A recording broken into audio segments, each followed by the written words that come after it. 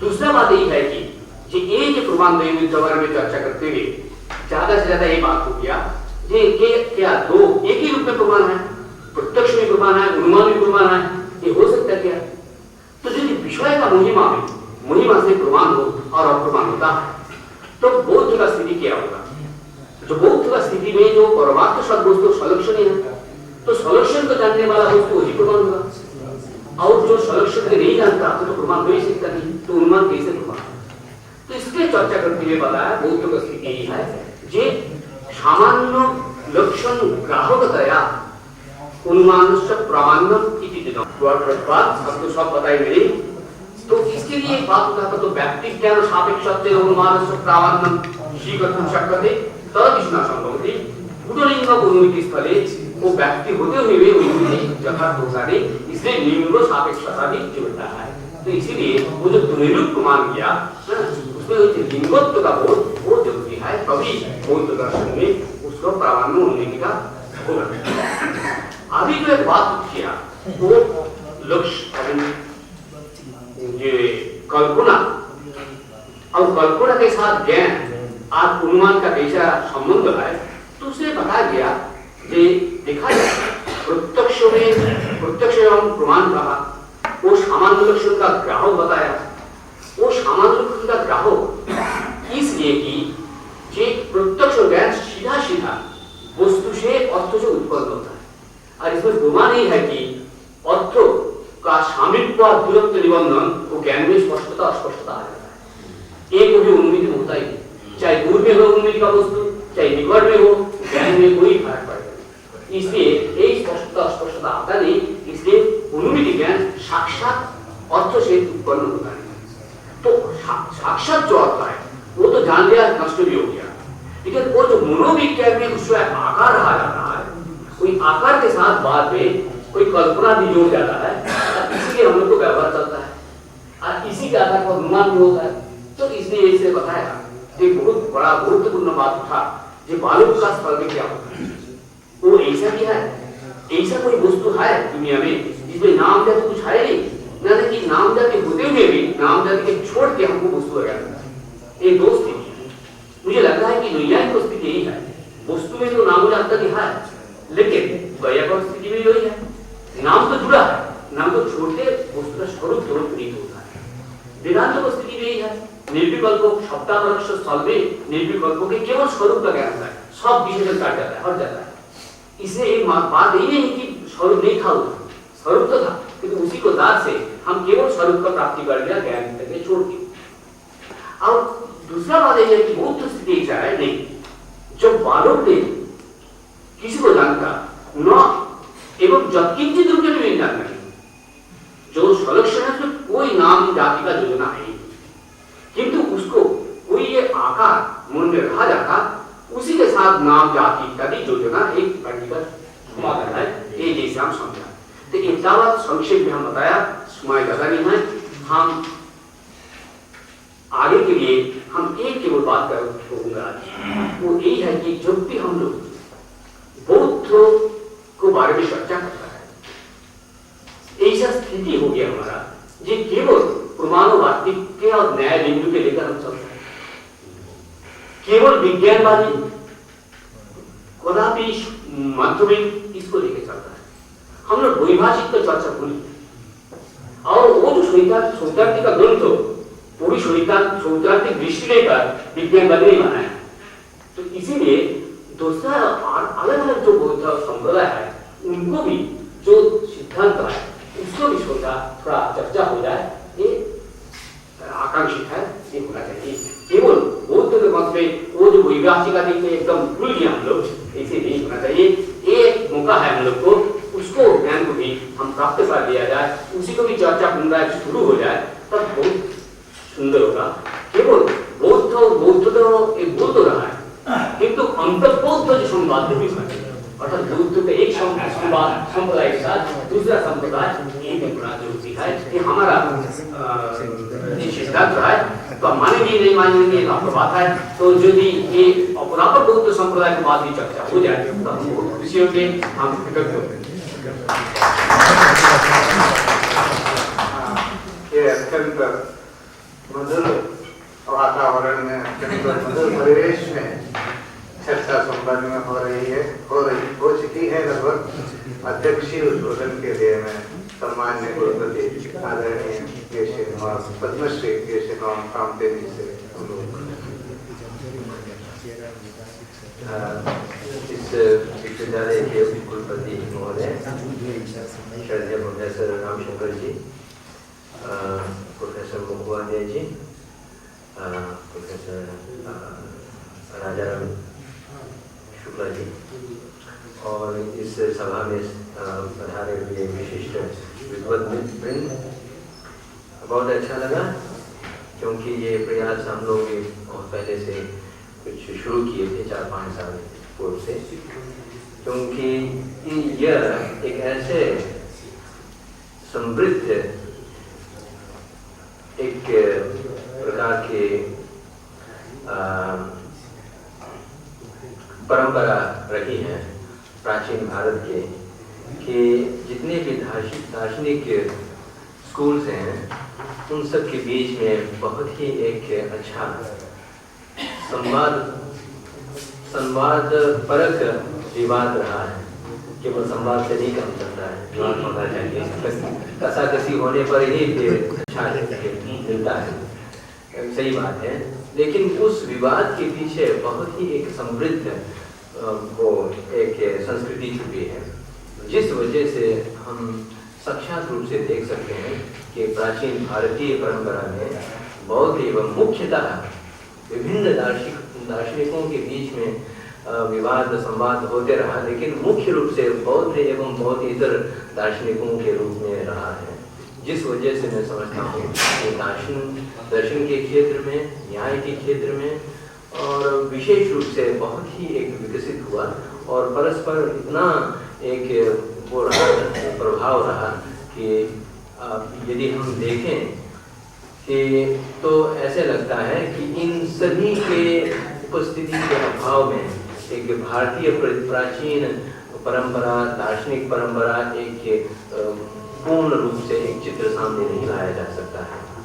और इस वजह से जब से 12वीं शताब्दी से भारत से बौद्ध दर्शन और धर्म का प्रायः यहाँ से लुप्त हो गया, तब से फिर भारत के दर्शन विकास और न्याय विकास के जो एक परंपरा थी और वो चित्र था वो बिल्कुल भिन्न रहा।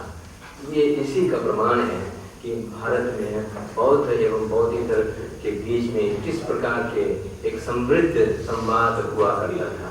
और ये एक हम लोग आज भी इसका महसूस जब ये ग्रंथों को पढ़ते हैं, शास्त्रों को पढ़ते हैं, तो उससे अनुभव कर सकते हैं। हर श्लोक में ये तथ्य छिपा हुआ है और इसलिए बहुत अच्छा लग रहा है कि अब हम लोग पूरे धारा में प्रभावित नहीं हैं, लेकिन हम उस धारा को पुनः जीवित करने के लिए हम शुरू कर रहे हैं। और ये अच्छा संकल्प प्रोफेसर राजाराम शुक्ला जी का अब ये दूसरी बार है। यदि कि हम, मुझे लगता है कि ये एक लाक्षणिक मात्र है, एक ठोस संवाद नहीं हो पा रहा है, फिर भी मैं समझता हूँ कि हमने शुरू किया है, यही भी एक बहुत ही बड़ी बात है। जैसे प्रोफेसर मुखोपाध्याय जी ने सामने रखा है कई बिंदुओं को बहुत ही अच्छी ढंग से, लेकिन जब हम संवाद करने लगे तो उसमें क्योंकि हर दर्शन के अपने मत में हर टेक्निकल टर्म्स का, हर शब्द का अपना एक भिन्न वो होता है। जैसे कल्पना, तो फिर किसी के मत में कल्पना का कुछ अर्थ होता है, बौद्ध मत में कल्पना का कुछ अर्थ होता है, और उसी कल्पना को अपने अपने मतानुसार अर्थ को धारण किए हुए जब हम संवाद करने लगेंगे तो वहाँ कभी बैठता नहीं है। और इसी प्रकार फिर अनुमान का, इसी प्रकार प्रत्यक्ष का। तो मैं समझता हूँ कि यदि हम, हमारे विचार में भी है कि प्रमाण पर जरूर होना चाहिए इस प्रकार के, लेकिन उस पर दोनों, हर विद्वान जो है जिस पक्ष पर हमें ये विचार करना है उस पर पहले से पढ़ करके आए, और कुछ पारंगत होना तो मुश्किल है, लेकिन कुछ पर करके और फिर उस दूसरे दार्शनिक के मतों के अनुसार फिर उस मतों का कुछ सामान्य ज्ञान और उन शब्दों का भी कुछ ज्ञान रहे, ताकि फिर उसमें संवाद और ये संप्रेषण कम्युनिकेशन ठीक से बैठ जाए। जैसे प्रोफेसर मुखोपाध्याय जी ने कहा कि भारतीय परंपरा में हमारे एक जो प्रमाण, हम किस लिए हम प्रमाण का साधन करना चाहते हैं, सिद्ध करना चाहते हैं, जबकि वेस्टर्न फिलॉसफी में एपिस्टेमोलॉजी है, लॉजिक है, ये सारे चीज हैं। और हमारे उद्देश्य क्या है? हमारा उद्देश्य है ऐहिक जीवन के भौतिक प्राप्तव्य को लेकर के नहीं, परंतु एक मोक्ष को लेकर के और तत्व के ज्ञान को लेकर के। इसलिए प्रत्यक्ष की चीज से ज़्यादा विवाद नहीं है, क्योंकि सभी लोग इससे प्रकटित हैं और साफ है इसमें। लेकिन जिस चीज को हम परोक्ष रूप से जानते हैं, उस परोक्ष रूप को सिद्ध करने के लिए जो एक साधन है, अनुमान, उसको लेकर के विशेष रूप से एक कई प्रकार के ये बौद्ध न्याय में और दर्शन में विशेष रूप से इसकी व्यवस्था की गई है। और इसमें आज विषय प्रमाण है, तो प्रमाण क्यों हमें इसकी जरूरत है? एक प्रमाणिक रूप से यथावत वस्तु को प्राप्त करने के लिए, अब यथावत वस्तु को पर्वत पर हुआ है, वहनी है, पर्वत पर वहनी है कि नहीं, वो तो एक ही मात्र प्राप्तव्य है, परंतु तत्व ज्ञान को प्राप्त करने के लिए भी एक प्रमाण चाहिए। तो उसको विकसित करते करते फिर तत्व का प्राप्त होता है। उसके लिए भी एक व्यवस्था बौद्ध दर्शन में और इधर भारतीय दर्शन में कि वो है यौगिक प्रमाण। वो यौगिक प्रमाण भी एक साधना के माध्यम से एक ऐसे प्राप्त किया जाता है जिस वजह से सामान्यतः जो एक कल्पना के द्वारा प्राप्त होते हुए भी फिर उस योगिक ज्ञान के द्वारा प्रत्यक्षता हमसे प्राप्त होता है। और उस प्रत्यक्षता प्राप्त होने के बाद फिर व्यक्ति के आवरण, ज्ञान के, अविद्या के जितने भी आवरण हैं उससे मुक्त हो जाते हैं, और यही हमारे लक्ष्य है। तो इस भारतीय परंपरा के अनुसार हमारे प्रमाण सिद्धि और प्रमाण सिद्ध करने का के पीछे लक्ष्य एक मोक्ष होता है, लिबरेशन होता है, और एक मुक्ति होती है, संसार से मुक्त होना। तो इसलिए जैसे हम लोग बात कर रहे थे कि किसी व्यक्ति को देखें, प्रमाण में प्रत्यक्ष और अनुमान दो प्रकार के वो होते हैं, और कल्पना के माध्यम से भी किसी चीज को जाना जा सकता है, प्रत्यक्ष के माध्यम से भी किसी चीज को जाना जा सकता है। जब हम किसी व्यक्ति को देखते हैं या इस फूल को देखते हैं तो प्रत्यक्ष रूप से ये हम ग्रहण करते हैं, और अवभाषित उस प्रत्यक्ष के प्रक्रिया में अवभाषित विषय और फिर उसका जो है ग्राह्य विषय और उसका जो है प्रवृत्ति विषय में कोई अंतर नहीं है। जैसे ही हम इस फूल के बारे में सोचने लगते हैं तो ये कल्पना के रंग में चले जाते हैं, उसके दायरे में चले जाते हैं। और उस समय जब हम फूल के बारे में सोचने लगते हैं तो उस समय जिस चीज को हम सोचते हैं केवल उतना ही मात्र तक ही सीमित रहता है। जब हम इस फूल को देखते हैं प्रत्यक्ष रूप से तो उसके सारी चीजों को ग्रहण कर लेते हैं। ये प्रत्यक्ष का एक विशेषता होती है।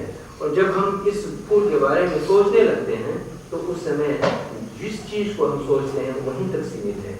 इसलिए कल्पना जो है वो इसी कारण से बौद्ध आचार्यों ने कल्पना को सिद्ध करने के लिए, कल्पना का विषय में प्रवृत्ति को सिद्ध करने के लिए फिर अपोह सिद्धि का प्रयोग किया है कि फिर कल्पना जिस तरह से विषय में प्रवृत्त होते हैं तो वो फिर पूरी तरह से छांट करके जिस विषय को करते हैं उतना ही मात्र तक सीमित रहता है, लेकिन उसके बाकी तत्वों और गुणों को फिर नहीं, आकार को उस समय ग्रहण नहीं करता है।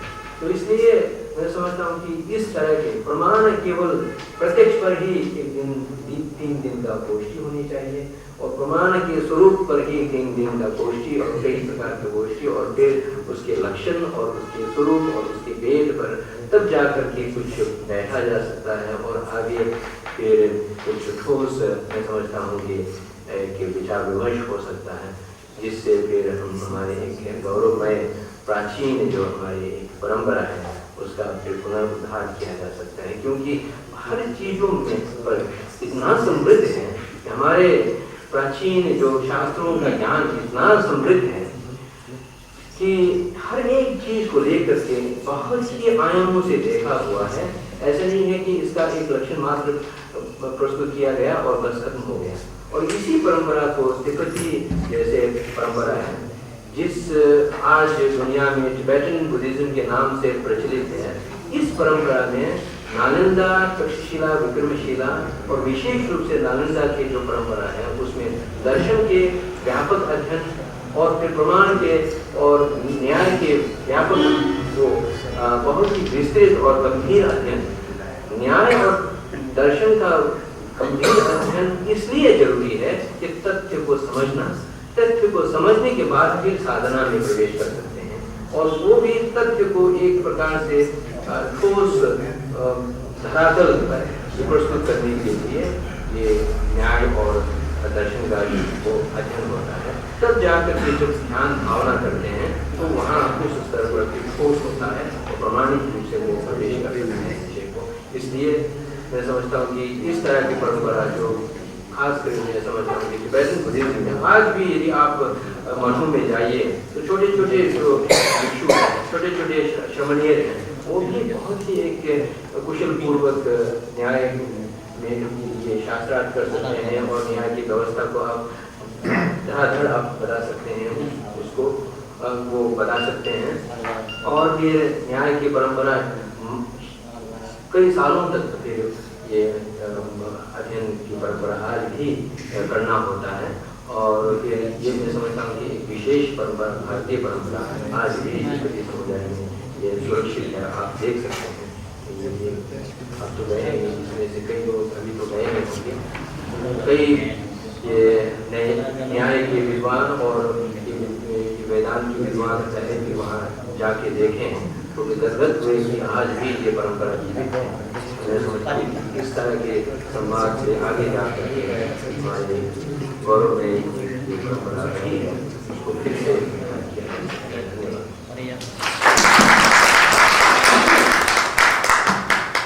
अत्यंतम सफला एषा चर्चा समृद्धा आचार्यैः बहु सम्यक् उपदिष्टं कथम् अग्रे अस्माभिः एषा चर्चा अनुवर्तनीया। तैः सत्यमुक्तम् एतादृशी चर्चा, एतादृश्यः गोष्ठ्यः रुचिम् उत्पादयितुमेव क्रियन्ते। तदनन्तरं परस्परं सम्भाषणेन निरन्तरतया ग्रन्थानाम् आलोडनेन संवादेन च तत्त्वपर्यन्तं गन्तुं शक्यते। अस्माकमपि स एव प्रयासः भवतां सर्वेषामपि सहकारेण फलीगृही भविष्यति इति वयम् अवश्यं निश्चिनुमः। यथा आचार्यैः उक्तं बौद्धभटूनां भटेषु शास्त्रार्थः इदानीमपि परम्परागतरीत्या क्रियमाणः दृश्यते। अस्माकं काश्यामपि शास्त्रार्थपरम्परा इदानीमपि जीवन्ती वर्तते। न केवलं विद्वत्सु अपि तु तरुणाः ये छात्राः अहमविद्यया व्याकरणे न्याये वेदान्ते च शास्त्रार्थं कुर्वन्ति। अत्र नागकूपस्थलमेकम् अस्ति, अत्यन्तं प्रसिद्धं भगवतः पतञ्जलेः स्थानं। तत्र प्रतिवर्षम् एषा सभा आयोज्यते। यत्र तत्र वयं सर्वत्र प्रचारयन्तः स्मः। कदाचित् उस तरह का हम कोई ऐसा आयोजन कर सकें कि बौद्ध भटुओं को भी आमंत्रित किया जाए और हमारे यहाँ के जो तरुण विद्वान हैं, केवल काशी के विदु भारत के अनेक स्थलों में, श्रृंगेरी में, कांची में, मद्रास में, पुणे में तरुण विद्वानों की एक सेना है। उन सबको हम अगर एकत्रित कर सकें तो आप लोग के सहयोग से ये कार्य संपन्न हो सकता है। एक योजना अभी भारत सरकार के पास हमने भेजी है मुसलमान संस्था के माध्यम से, और कल ही मुझे सूचना मिली कि it is as good as accepted, स्वीकार कर दी गई है। अब उसका क्या रूप होगा वो स्वीकृति पत्र आ जाने के बाद हम निर्धारित करेंगे। उसमें विशेषकर हमने यही सोचा था कि भारत के जो तरुण विद्वान हैं उनको एकत्रित किया जाए और 5 दिनों तक उनका शास्त्रार्थ सम्मेलन यहाँ हो। यदि हम सभी लोग सहमति कर सके तो उसमें बहुत तरुणों को भी आमंत्रित किया जाए और एक आप जैसे वरिष्ठ व्यक्ति यहाँ उपस्थित हों जो दोनों के संवादों को विनिमय कर सके, ऐसा भी अगर ये 5 दिनों में हो सके तो हमारे जो उद्देश्य हैं उस उनकी पूर्ति में एक कदम आगे बढ़ सकेंगे। आप सबका आशीर्वाद होगा। हम अब अपने समादरणीय प्रतिकुलपति महोदय से अनुरोध करेंगे। उन्हें अपना वक्तव्य देना था, लेकिन उन्होंने कहा मैं केवल 2 शब्द धन्यवाद ज्ञापन का कहूँगा। विश्वविद्यालय के अभिभावक के रूप में अपनी कृतज्ञता ज्ञापन करूँगा।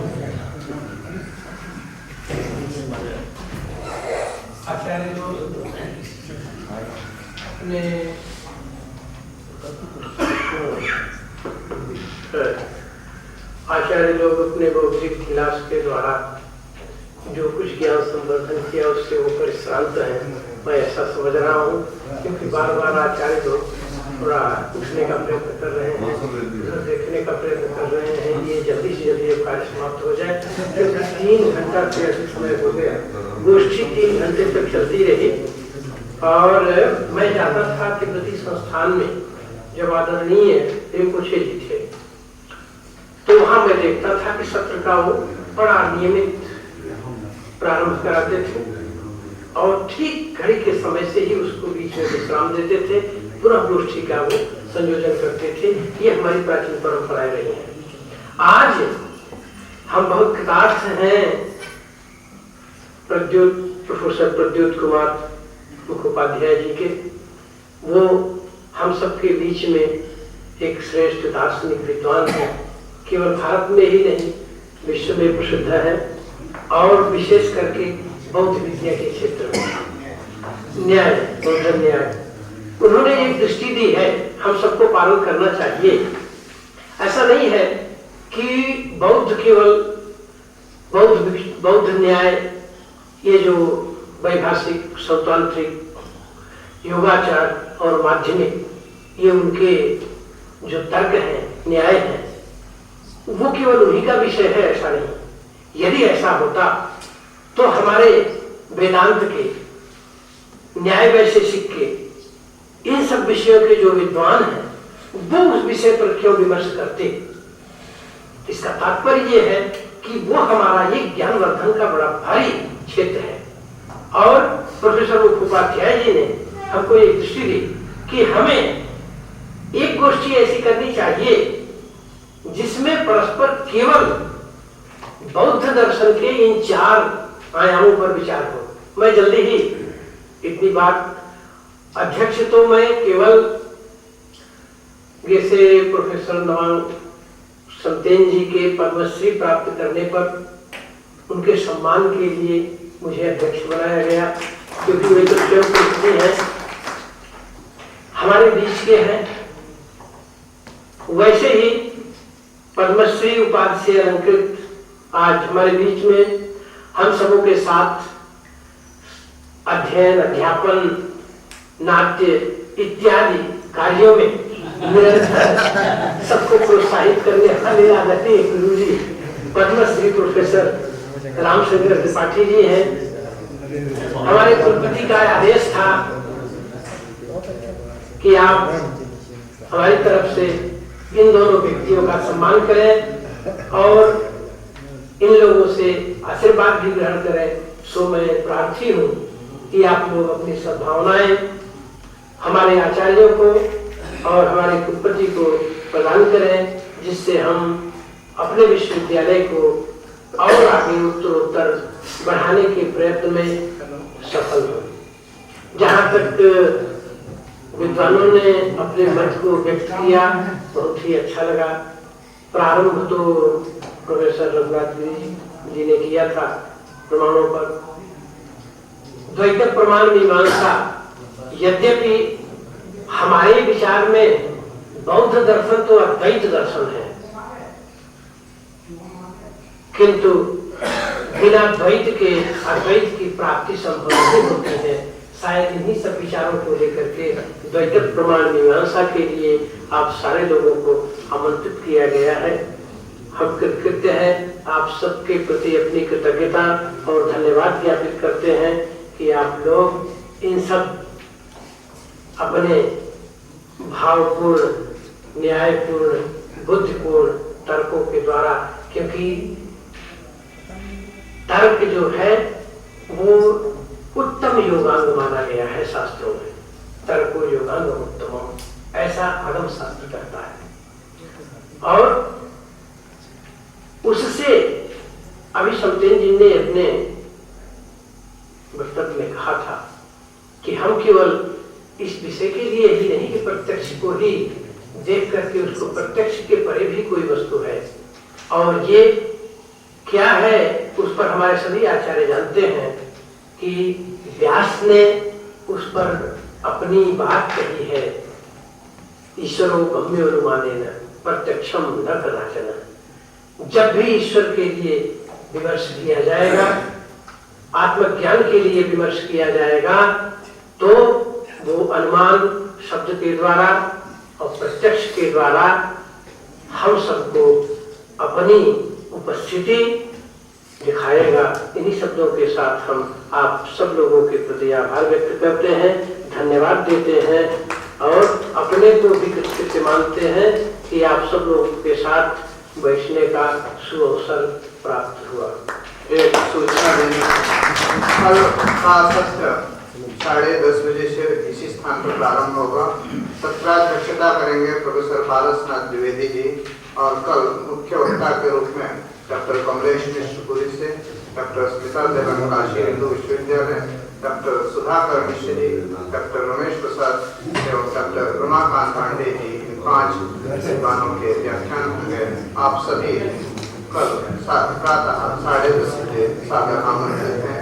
अब सभी से अनुरोध है, थोड़ा अल्पाहार स्वीकार करें।